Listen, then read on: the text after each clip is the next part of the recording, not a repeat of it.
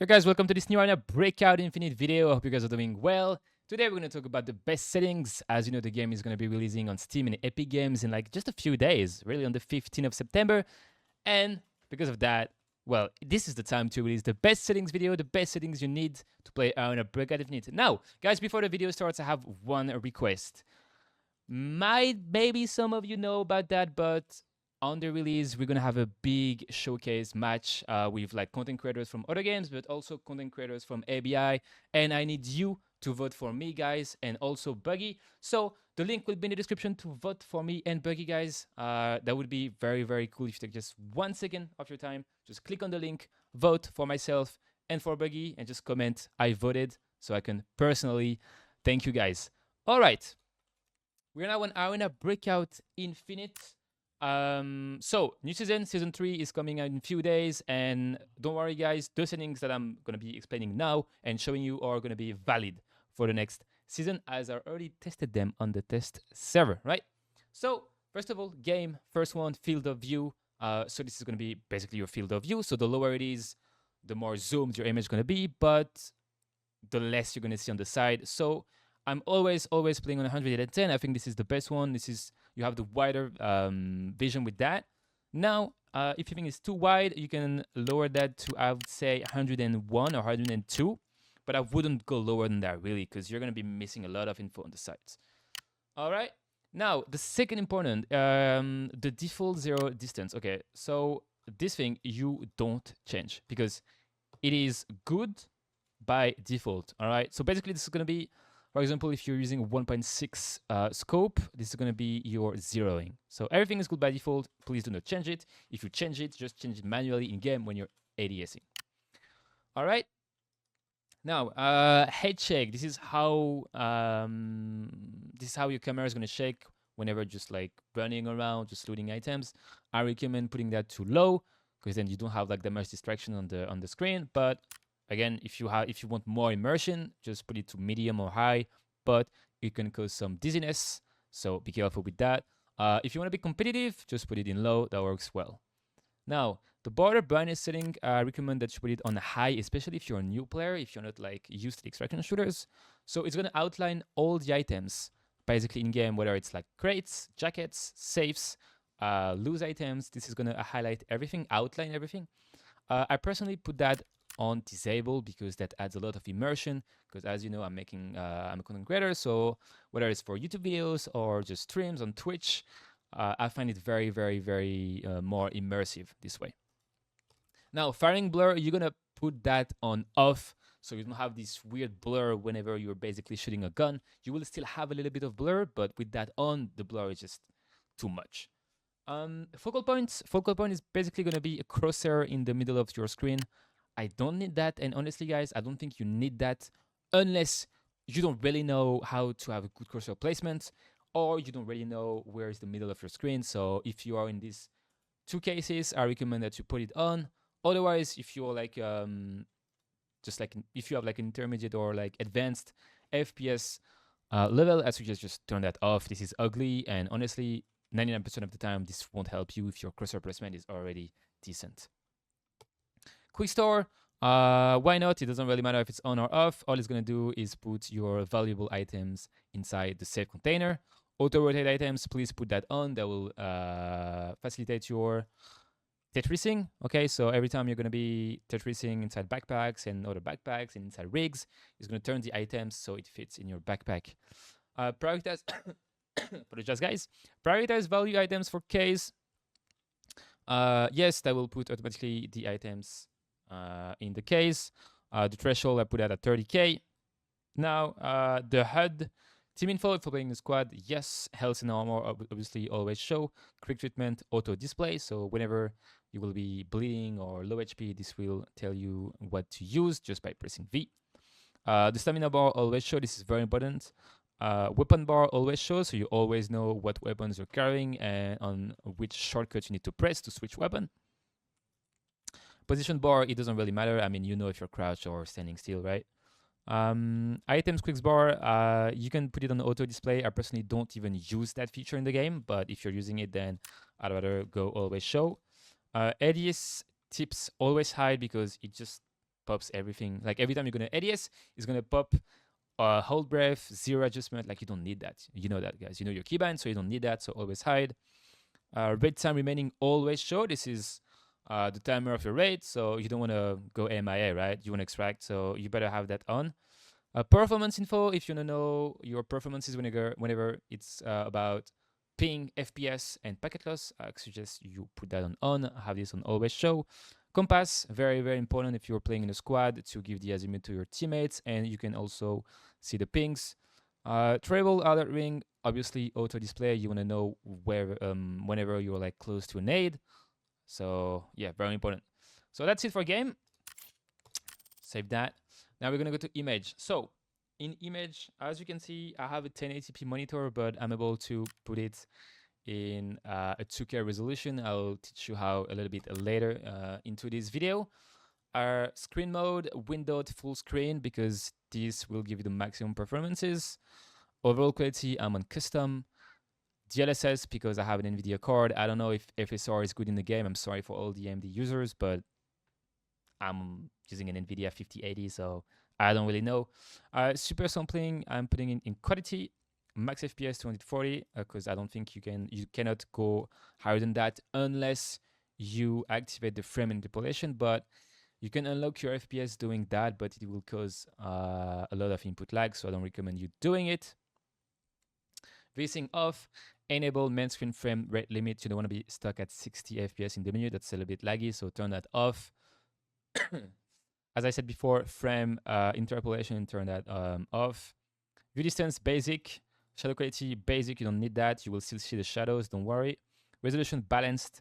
Post-processing quality and resolution, I suggest you put that in quality or max if you're using a 1080p monitor and a 1080p resolution. If you're using a 2K resolution, you don't need to go higher than balanced. Texture, I put that in quality just because I'm streaming and I want my game to look a little bit better. But if you're running on a budget PC or low-end PC or just want the max performances, just put it in basic. Vegetation quality, basic. Shader, basic. Light in balanced, just because I want my game to look a little bit better for the stream and the videos. But again, you can go basic. World detail, just basic. If you put that on maximum, this will add a lot of details on the floor, walls, and it will add a lot of useless objects. So it kind of restricts your vision. So I recommend that you put that on basic unless you want your game to look very, very immersive and beautiful. Scope quality, always in quality, otherwise your scopes will be blurry. That's it for image. Now, when it comes to the sound, here I'm playing with spatial audio on in the game, but I'm also using Sonar GG. But when it comes to Arena Breakout, here you don't have to change anything. Just, adapt based on your headset. Turn that spatial audio on. And now, guys, we will go and download Sonar SteelSeries GG. So you will go on that link. The link will be in the description. You download it for free using my link, because that support also the channel. You just click on download, install it, and then once you have it installed, this will open like that. You go to Sonar on the left, click on game, and then here you will see SuraFPS. I want to plug Infinite, and I will be sharing the link in the description. So you don't have to do anything. You will just put my link, and you will have my settings, right? Now, this is for the equalizer, so don't forget to turn that on. Now, when it comes to spatial audio, you will turn that off because you have it on in the game. Understand? And that's it for the sound, really. Just let me know what you think about my settings. I personally hear footsteps way better using Sonar. Just let me know what you think in the comments. Now, when it comes to post-processing, again, this will depend of your monitor, of your quality of the monitor, your color settings and everything. So you can try mine, but don't expect to look exactly like my stream or my videos because, well, it's going to depend of your monitor, brother. You understand? Okay, now when it comes to control, the sensitivity, it doesn't really matter because you need to find your own sensitivity. If you want to know how to find your own sensitivity, go to my stream and type !sense, S-E-N-S. There's going to be a clip explaining you how to find your sense. Now, the thing I want you to turn on here is the quick throw. So, you know, Now, when you press G, it's probably just going to take the nade in your hand. But with the quick throw, whenever you're going to press G, it's going to instantly throw the nade, which is better to quick throw the nades. That makes sense, right?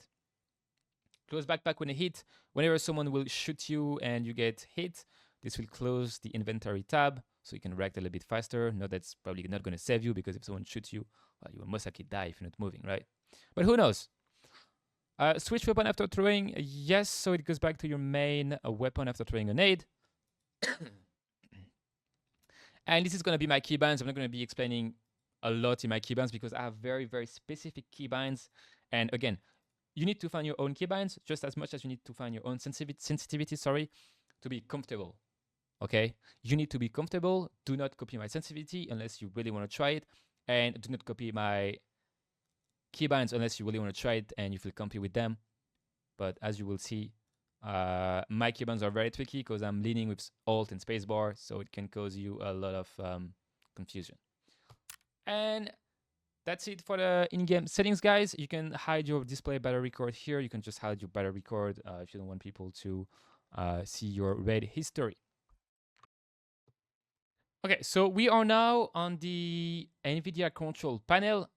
Again, I'm sorry for all the AMD guys. I just don't know how to do it on AMD, but I know how to do it and optimize on the NVIDIA because my NVIDIA optimization has been done by a professional. So I'll give you the best settings for Breakout.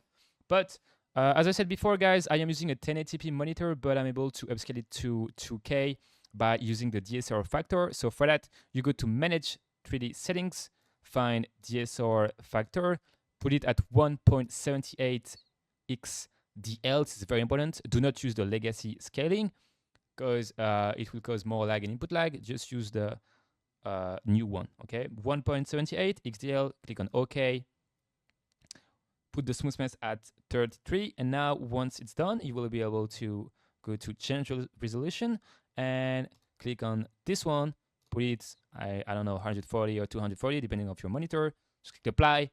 Just remember that if you do that, you need a good graphic card, guys, because it might cause a little bit of FPS drop. So make sure you have a good graphic card. Otherwise, I suggest you just leave the game at 1080p, right? But again, if you have a native 2K monitor, just like, you know, play in 2K, don't play in 1080p, it's way better on Arena Breakout. Now, this is my color settings. And as you can see, everything is default. Just the digital vibrance is at 100%. It might be too high for certain people. Just, you know, move around it. Again, it's going to depend on your monitor settings. I just put it at 100% and I don't change the brightness. I don't change the contrast and I don't change the gamma because these ones, you can change it in game in the post-processing tab, right? Now, if we go back to Manage 3D Settings, here is going to be my Arena Breakout Infinite. Now, my NVIDIA, as I said before, my NVIDIA settings has been done by a professional. So I'll just, you know, you can just copy and paste them. This is the most optimized NVIDIA, right? So image can use global settings. I mean, I'm not even going to explain everything, guys. You can just copy and paste it, really, because honestly, I'm not a professional. I would probably talk a lot of BS, telling you, yeah, this does that, this does this, but at the end of the day, I don't know. I'm not the one that did that, but it has been done by a professional, and my PC is fully optimized for ABI. So yeah, you can trust me on that. Just copy and paste everything. These are going to be the best settings.